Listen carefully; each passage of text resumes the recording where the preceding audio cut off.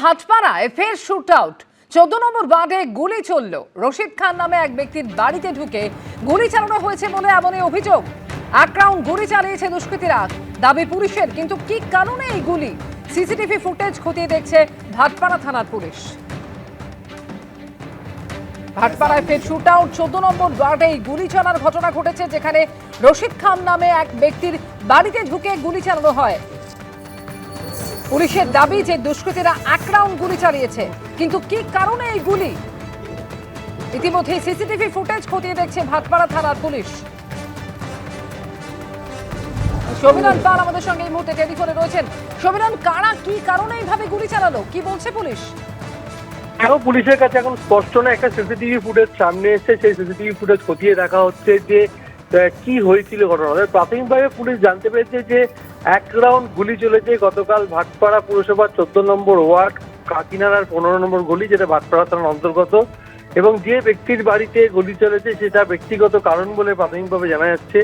এবং কি উদ্দেশ্যে হামলা করতে এসেছিল সেটাও স্পষ্ট নয়, এবং দুষ্কৃতীদের সংখ্যায় কতজন ছিল সেটাও স্পষ্ট নয়। তবে পুলিশ যেটা জানাচ্ছে যে এক রাউন্ড গুলি চলেছে এবং সিসিটিভির ফুটেজের সূত্র ধরে তদন্ত করে দেখা হচ্ছে।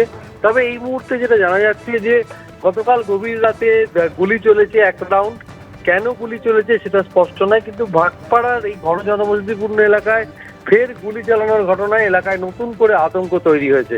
গোটা বিষয়টি তদন্ত করে দেখছে ভাটপাড়া থানার পুলিশ। অমৃতা, ধন্যবাদ সমীরণ।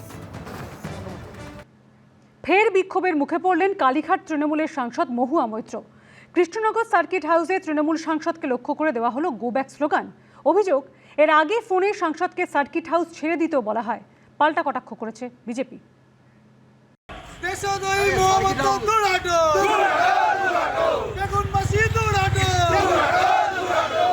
রাজনৈতিক কর্মসূচি শুধু নয় যে আমার এখানে আসাটা বন্ধ করা।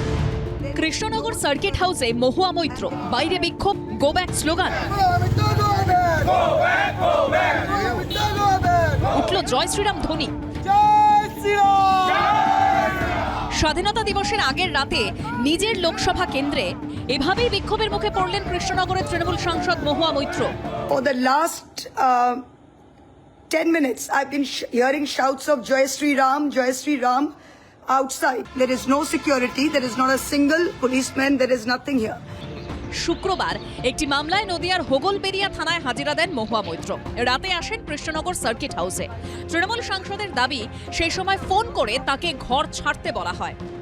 At 10 o'clock I received a call asking me to vacate the room.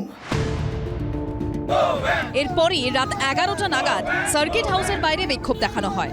আপনারা জানেন সার্কিট হাউসটা এসপি বাংলোর উল্টো দিকে। আপনারা জানেন যে ওখানে দুটো লোক জমায়েত হলে পুলিশ এসে সরিয়ে দেয়। সেইখানে দাঁড়িয়ে রাত্রির 11টায় 100 জন জমায়েত হচ্ছে এসপি বাংলোর বাইরে, আর একটা পুলিশ এসে ওদের হাঁটাচ্ছে না। গেমটা বুঝলেন? রাজনৈতিক কর্মসূচি শুধু নয় যে আমার এখানে আসাটা বন্ধ করা। প্রত্যেকবার এলে এমন একটা হেও করা যে ওরা ভাববে যে আমি ভয় পেয়ে আসবো না। বাকি এমপিগুলো তো চলে গেল এই ভয়ে।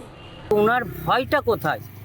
উনি কেন আত্মগোপন করে এই সার্কিট হাউসে লুকিয়ে আছে? সনাতন ধর্মকে যেভাবে উনি অপমান করেছে, উনি একজন দেশদ্রোহী।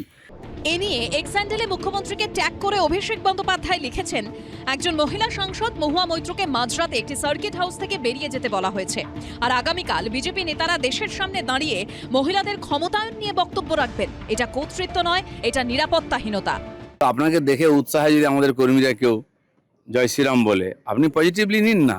দম থাকলে বলুন জয় শ্রীরাম। আপনি তো লোক দিয়ে, পুলিশ দিয়ে আমাদের লোকদের অ্যারেস্ট করাতেন, কেস দিতেন। সিপিএমকে পাশে পেয়েছেন মহুয়া মৈত্র। দল আলাদা হলেও এর বিরুদ্ধে দাঁড়াতে। আমি সকালে মহুয়ার সঙ্গে যোগাযোগ করেছি, তাকে তার কনস্টিটিউয়েন্সিতে ফ্রিলি মুভ করতে দিতে হয়, কেউ আটকাতে পারে না। জেলা প্রশাসন সূত্রে দাবি, মহুয়া মৈত্রর অভিযোগ পুরোপুরি ঠিক নয়। উনি যে আসবেন এরকম কোনো তথ্যই তাদের কাছে ছিল না, ঘরও দেওয়া হয়নি।